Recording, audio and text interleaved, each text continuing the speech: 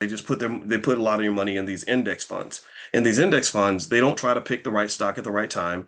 They call that market timing. Market timing, according to the research, does not work. That's just not an effective way to invest. Everybody tries to do it because it seems like it's supposed to work, but it just doesn't. It's not. It's like playing the numbers or rolling the dice or something. Everybody thinks they have a system that's going to work at the blackjack table, and it just doesn't. Again, we research this for a living. Thousands of papers were written on this. So basically, what they do is they put the money into an index fund. They just say, oh, we're not going to try to pick the right tech stock. We'll just invest in the NASDAQ 100. So what happens in many cases is when a company gets added to that index, they have to buy the stock. They have no choice. The fund managers in many cases have to invest in this. The indexes, if you're following the index and it's part of the index, then you have to add that stock to your portfolio no matter what. So that means that millions of people are going to be connected to the SpaceX IPO, whether they want to be or not. They don't even know that they're in it. So this is one of the things that has caused tremendous concern, tremendous alarm. I've let you all know if you think the system's rigged. Yes, it is, absolutely. My job as a finance professor is to explain to you how it works so that hopefully you can rig a little piece of it in your favor or at least know where the rigging's happening, right? I can't control which side of the water's on, but I can tell you, and you can go to the side that works best for you. That's how I view things.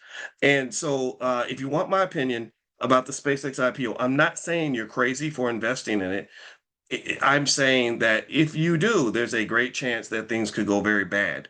But there's some small chance things could go very good because you can't really predict how these things are going to work out. Do you understand? Like if you go back to the year 2000 and you ask someone in 2000, predict what the world's going to look like in 2026, they would be totally wrong. They'd be like, well, I bet everybody's going to use the internet. Okay, how are they going to use the internet? Well, everybody's going to be on AOL because you've got mail. Everyone's going to be using AOL, and everybody's going to have a MySpace account, and there's going to be flying cars, and robots will be everywhere. Like that's the kind of crap people would have said in 2000 because they didn't know nothing.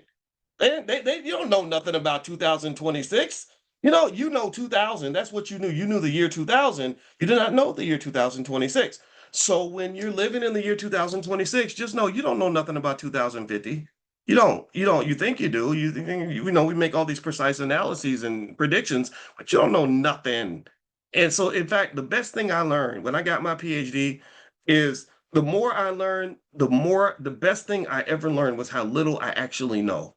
That was the biggest learning point in my whole doctoral program. And believe me, I probably knew more about finance by the age of 27 than most people learn their whole life. I'd been teaching college students for 4 years when I was 27 years old. So I knew a lot. But see, the secret is I started realizing, oh my God, the universe of knowledge is so big. I need to accept how stupid I am and then spend my life acquiring knowledge. Do you understand? Because the worst thing you ever want to be is the smartest person in the room. If you always think you're the smartest person in the room, that could mean that you're the dumbest person in the room because you're not expanding your universe of knowledge. So don't be that person. Be curious, learn new things, like be open. Like that's how you figure it out. But you'll never figure it out because I just said that, right? So anyway, let me share something with you real quick. I got a surprise for you. I want to ask a question right now. Who is? I'm gonna name some names, and I just want to see if these people are here. And if you see them in the chat, I want you to say like, "Way to go! You go, girl! You go, dude! Way to go, man!" All right. So is Elijah Williams here? Elijah, are you here?